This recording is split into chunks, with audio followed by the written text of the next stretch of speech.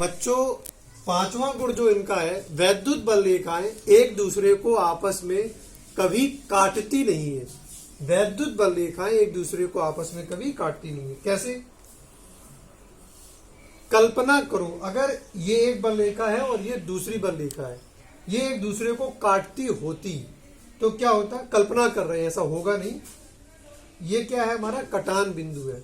तो इस कटान बिंदु पर एक ये वक्र है और दूसरा ये वक्र है। तो इस बिंदु पर अगर हम इस वाले वक्र पर स्पर्श रेखा खींचेंगे तो वो स्पर्श रेखा ऐसी आएगी। ये हमारा इलेक्ट्रिक फील्ड E1 होगा। और इस वाले वक्र पर उसी बिंदु पर अगर हम स्पर्श रेखा खींचेंगे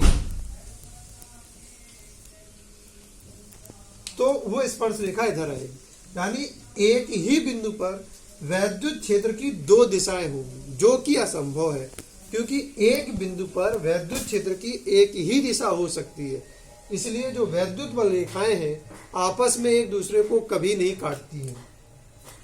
जो इसका छठवां गुण है, एक समान वैद्युत क्षेत्र, यूनिफॉर्म इलेक्ट्रिक फील्ड को अगर हमें कहीं प्रदर्शित करना है तो समांतर बल रेखाओं का हम प्रयोग करते हैं। यानी ऐसे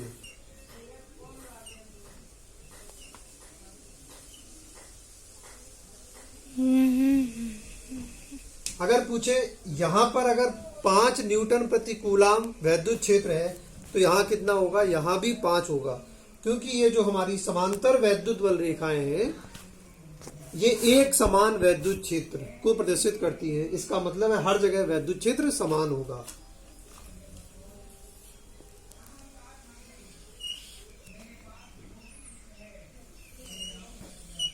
ये हमारा असमान वैद्युत क्षेत्र है। असमान है ना, नॉन यूनिफॉर्म इलेक्ट्रिक फील्ड। कैसे जाना? क्योंकि यहां पर बल रेखाएं दूर दूर है और यहां पर जो बल रेखाएं हैं वो पास पास है। तो इस जगह पर वैद्युत क्षेत्र कम होगा और इस जगह पर वैद्युत क्षेत्र ज्यादा होगा का मान। क्यों? क्योंकि यहाँ पे बल रेखाएं पास पास है, तो यहाँ पर बल रेखाएं दूर दूर है। तो ये हमारा नॉन यूनिफॉर्म इलेक्ट्रिक फील्ड है। जो 8वां पॉइंट है वो ये है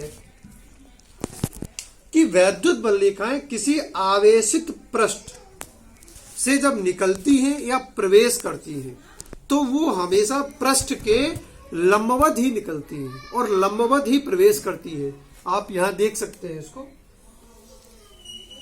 जैसे ये गोलाकार पृष्ठ है और इसके ऊपर ऐसे ये आवेश रखा हुआ है, ये ऐसे आवेश है। तो यहां से जब बल रेखा निकलेगी, इस जगह से धनावेश है, बाहर निकलेगी, तो जो पृष्ठ है ये यहां पर जो स्पर्श रेखा होगी उसके लंबवत निकलेगी। यानी ऐसे, मतलब क्या हुआ कि जैसे यहां पर अगर हम स्पर्श रेखा खींचे तो ये जो कोण है वो 90 डिग्री का होगा। तो किसी आवेशित पृष्ठ से जो बल रेखा निकलती है पृष्ठ के उस बिंदु पर लंबवत होती है, परपेंडिकुलर होती है ना। इसका ऐसा आप ध्यान रखिएगा इसको। तो ये इसका 8वां पॉइंट हो गया। इस वीडियो को यहीं विराम देते हैं। Thank you.